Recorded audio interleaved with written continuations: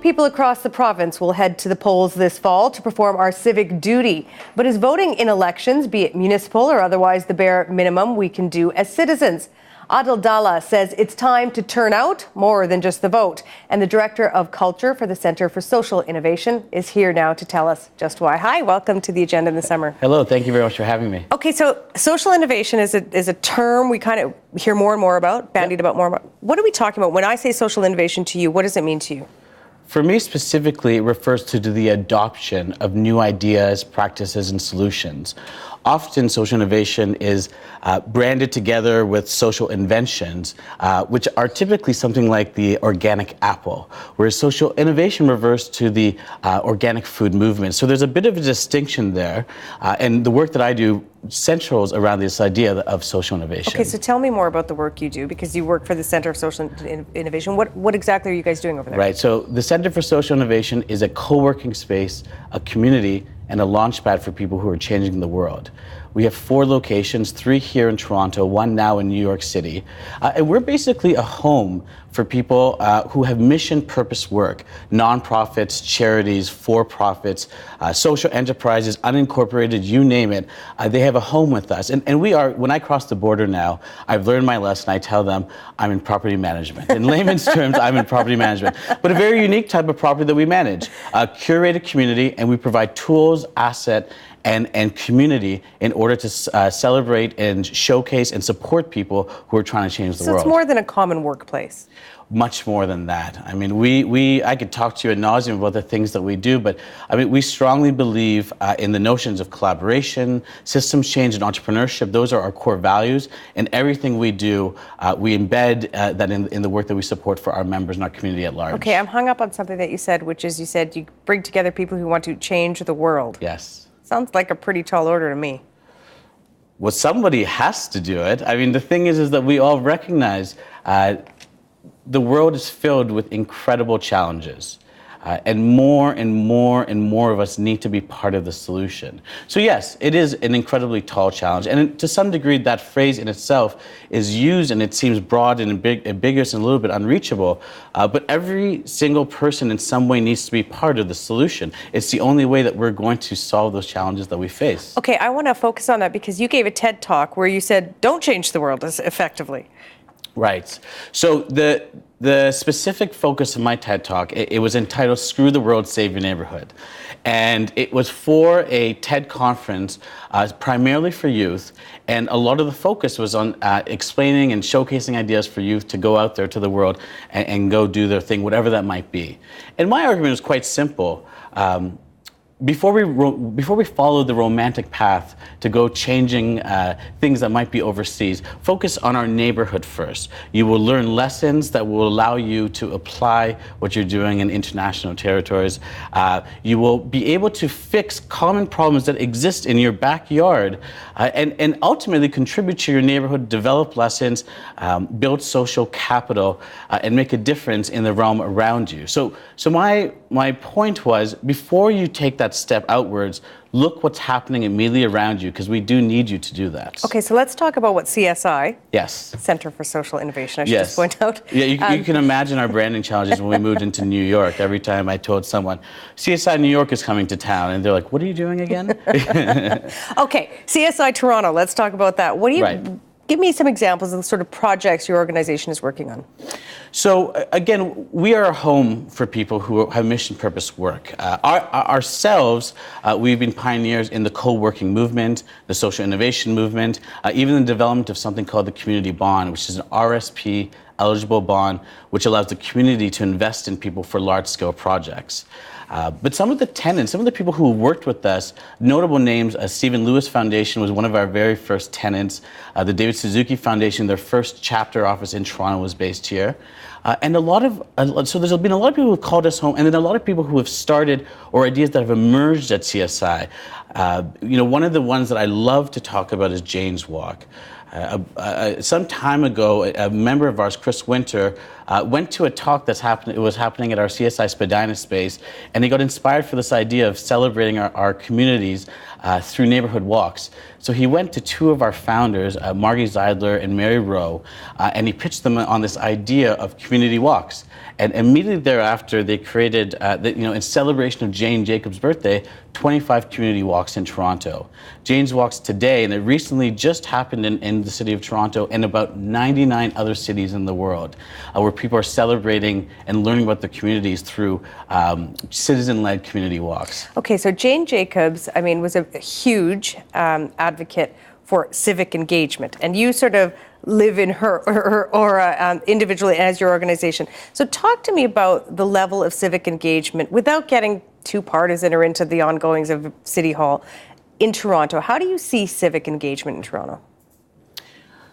How do I see civic engagement in Toronto? Yeah, are we really engaged? Would you say Torontonians are more apathetic? How do you see this? Well, I think that Toronto is a galvanized city, particularly because of what's been happening in our city in the last few years especially. My perspective, especially being at CSI, we are a hotbed for civic activity there. So just purely by observation of the events and the type of organizations that are joining us and the conversations that are happening, I do believe Toronto and Torontonians specifically are deeply involved. Do we have reasons to be cynical? Of course. But I think that on the whole, Toronto is a very involved city. And that's, one of the things that we organized at CSI was this event called Turnout Toronto. And the idea was, it stemmed from really just a personal frustration I had with a few other staff members, where we felt, we wanted to play a part in this upcoming election, but we didn't know what to do. And we knew it had to go beyond just volunteering for campaigns. So we thought to ourselves, what happens if we created a menu of items? And we invited any civic group that we could possibly imagine that was doing work on a local grassroots level to come to one of our locations and basically turn the job fair model on its head. And we invited the community to come, and we had over 40 organizations represented, 500 plus people. And what that said to me, and the lesson that I felt came out of that was, there are so many ways that Torontonians are getting involved or can get involved in the city beyond just the election and beyond just campaigns. And it's happening on a day-to-day basis. Do you see, though, you use the word involved, maybe someone else might use engage. I'm just trying to see on the sort of spectrum of civic engagement. Do you see a distinction between engagement and awareness? Yeah, of course. I think awareness is to imply that you might not be ignorant of the issues, that you're aware or you're informed or you have the information with you. But to be engaged, in my opinion, is to take action. And so I do think there's a difference between being aware and taking action. And you see Torontonians, in large part, as taking action. I think that we can take more action. I think that every Torontonian needs to take action. Fundamentally, what's happening and what needs to happen is that individual citizens, businesses, and governments need to recognize together that it's up to us. It's up to us to work together to create the solutions that we need. So yeah, I think Toronto is in many ways doing great in terms of its citizens taking action, but I think there's a lot more that needs to happen. Okay, you mentioned business. Some people may argue that business is sort of antithetical to social activism or social justice. Connect those for me. Well, it's happening, that connection between business and social justice is happening increasingly. And this is really the trend that we're seeing at CSI, right? For the longest time, you would have the nonprofit world and you would have the for-profit world, and they operated distinctly. But the trend that we're seeing increasingly is nonprofits needing to think and act more like for-profits, largely because in order for them to be sustainable as government funds continue to dry up, they need to think about, how do I operate more like a for-profit in order to become sustainable? What do you mean by that? Because some people might read into that you mean with paying people less, a leaner workforce. So take me into that when you say you want nonprofits to work more like for-profits. Far from, about your example of paying people less. Nonprofits traditionally have paid people much less than for-profits. I would actually argue the exact other way around, that nonprofits, in order to retain talent, need to figure out ways to incentivize talent to stay. So I would actually wholeheartedly suggest that nonprofits figure out ways to pay their people more. So that's what I mean with that. I mean, thinking about sustainable business models. One of our organizations at CSI is an organization called Cycle Toronto. They're the city's largest advocacy group for cyclists in the city. For the first years of its existence, it was entirely grant-based as an organization, and that was its sustainability model. And they realized really quickly that wasn't, they were really at risk. And so what they decided to do is they decided to create a number of initiatives that would allow them to make money. They sold merchandise, they held workshops, they created a membership scheme. What they did is they created business models. And so that's what I mean when I talk about nonprofits becoming more like for-profits. Now, on the other end of the spectrum, we have for-profits, which traditionally, at least historically, have been held not too accountable for contributing to people and the planet. But really, public demand is asking for more and more for-profits to act a little bit more like a nonprofit. So the connection that I'm seeing, and certainly that we see all the time at CSI, is this collaboration or kind of coalition of nonprofits and for-profits acting more like one another. And that's good news for all of us. Okay, give me an example. You gave me an example of a nonprofit kind of following a more for-profit model. Give me the other side of that. Give me an example of an entrepreneurship being involved in civic engagement, acting more like a nonprofit. Well, I think not necessarily entrepreneurship, although they're doing many entrepreneurial things, but one of our locations is based in the Regent Park neighborhood. And there's a lot to talk about that, but one of the major partners in that redevelopment is the Daniels Corporation, which is a property development company. And this is, traditionally our image of property developers is they come in, they're very focused on making the money and their return on investment, and they're out just as quickly, perhaps leaving us with towers that won't last very long. We don't have a very promising view of property developers, but I've been able to see, on the grassroots of that organization, Daniels has come in with a very social notion. I believe the split is 60% of the new properties there are for anyone, and 40% have actually been entrusted to the Toronto Community Housing to provide space for the people who used to live public in housing. Regent Park. Precisely. That, in my way, is a for-profit organization dedicating an incredible amount of resources, thought, energy towards supporting a social mission. And I could provide you with a lot of examples of how they are on a local level, recognizing that it's not just about building buildings. You have to animate the community. You have to contribute to the potluck. That's one of the things our founder at the Center for Social Innovation, Tanya Sermon, often says. She says social change is about how much you're bringing to the potluck. And for us, we often think about, as you foster and you proliferate communities, how much are you bringing in and how much are you taking out? And with Daniels, we're seeing them bring a lot in to that community, which has really been pretty exciting to watch. All right, let's continue with our potluck theme. Okay. What can government bring to our potluck? Great question. I've debated this a lot. I think the answer I want to provide is, government should contribute to civic engagement in some way. And the more I think about the fact that civic engagement is inherently grassroots. It is for the people and often by the people. And as such, my thinking is more evolved to around this idea that government should simply step out of the way and at most create the conditions for civic engagement to occur. Whether that's providing opportunities for organizations that are trying to do. So, for example, Turnout Toronto, had there been a way for us to tap into some resources to grow this concept beyond the one or two that we've done. Now, we are doing it. So perhaps not the best example, but I think that I think that government's best way of collaborating with us is to create the space and resources for citizens to take action. That's, pretty controversial because, if I say civic engagement, most people will say things like voting, elections, government. That's how they connect those dots in their head. You're suggesting, the two are actually exclusive. They don't actually need to work in tandem? Well, I think, that is what I'm suggesting.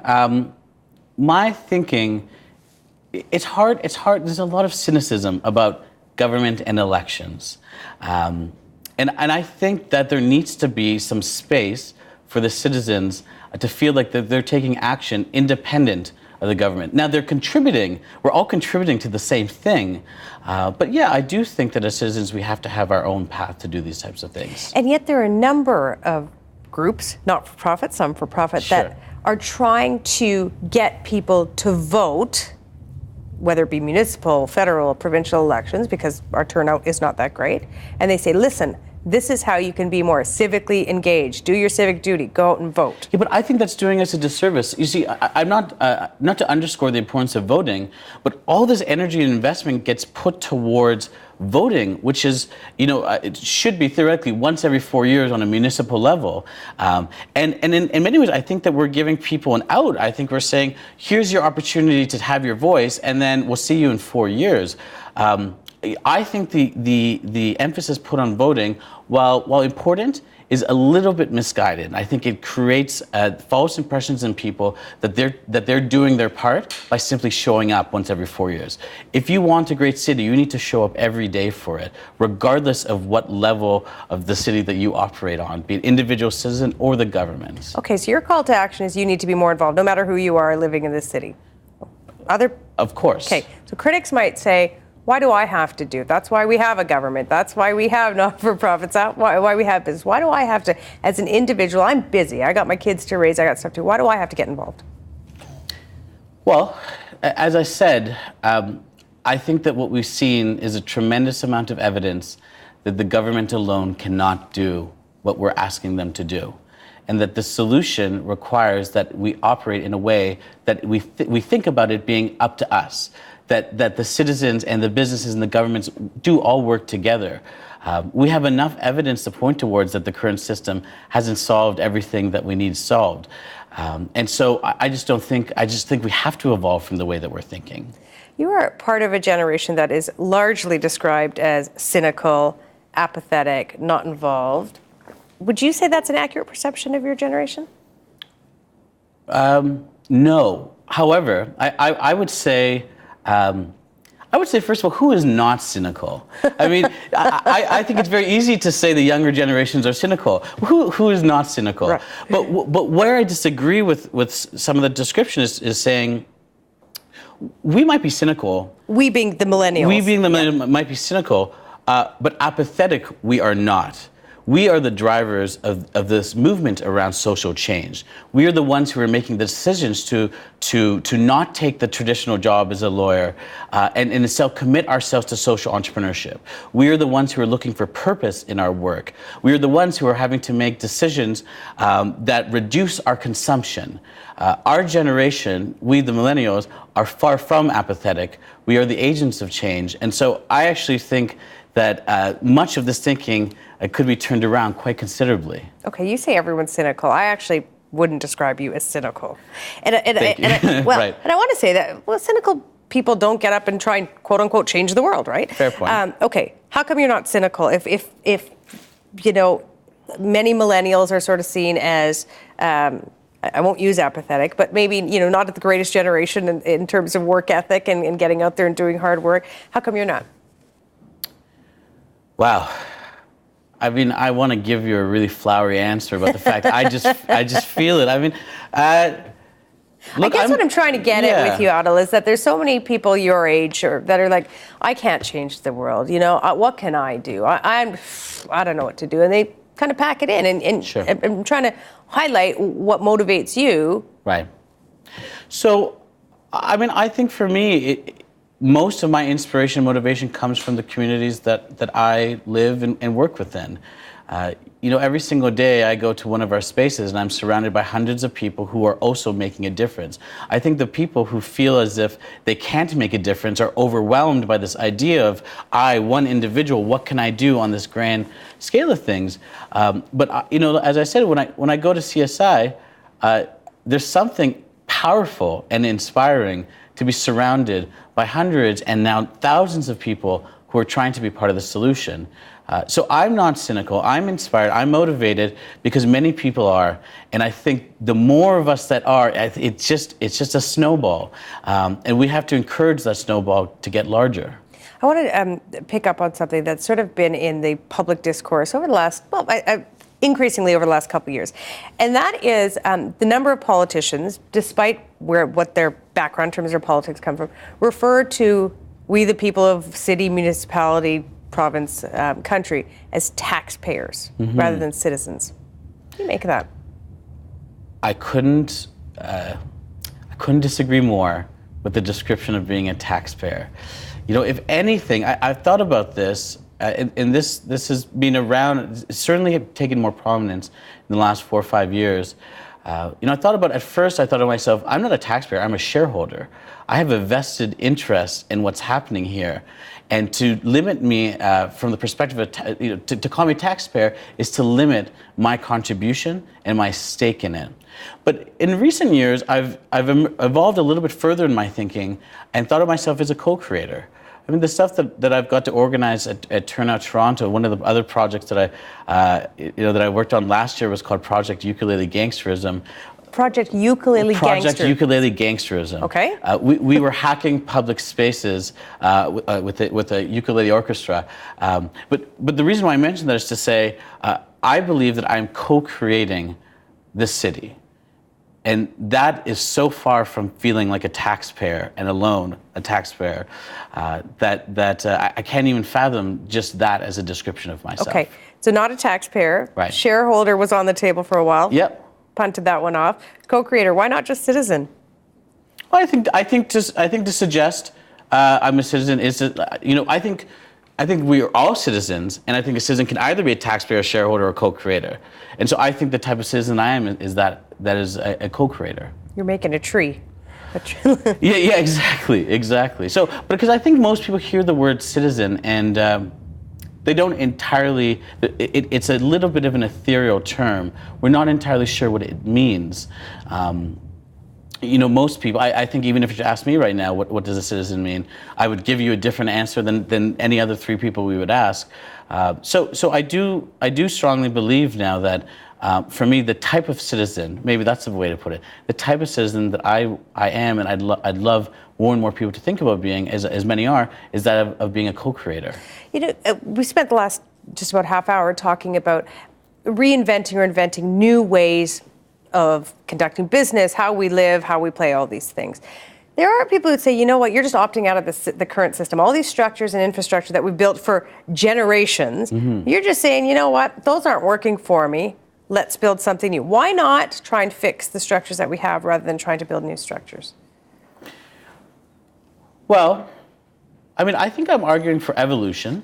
So, and I think that evolution is always necessary. Certainly, current systems exist. Some work, many don't, and even if they do work, they need improvement. So I'm just arguing for us to do better. I think that we can do better. I think the city can do better. I think as a society we can do better. I think we owe it to ourselves to do better. So I'm just arguing for that. I guess my point is that a lot of people might say, well, why don't you just go run for government and try and change the system that exists rather than working sort of outside of the traditional realm? What would you say to that? Why would anyone, if I was successful changing, evolving, supporting our systems outside of the realm of government, I don't know, I'm not sure if I would be that interested in actually going in the official realm of government. I have, to be honest, considered that. When you're a young boy, you either think about becoming a hockey player in this country or maybe a politician. I'm not sure. But I think a lot of people think of the first. I'm not sure how many think the second. As I said it, I was like, no, I think I definitely want to be a hockey player. Also, apparently, a perfume salesman at the Bay, but that's a different story. I think that we all need more people acting outside of the current system, which is partly a reflection that the current system is broken, but also a reflection of the fact that we just need more people working at all realms of the city, at all different levels, in order to create the solutions that we need. So I'm doing perfectly fine in my place, hopefully making a dent in the city without having any official political involvement. Imagine what can happen if more people are in that position. Adil, really nice to meet you. Thank you for coming on tonight. Thank you very much. I appreciate that. Support Ontario's public television. Donate at tvo.org.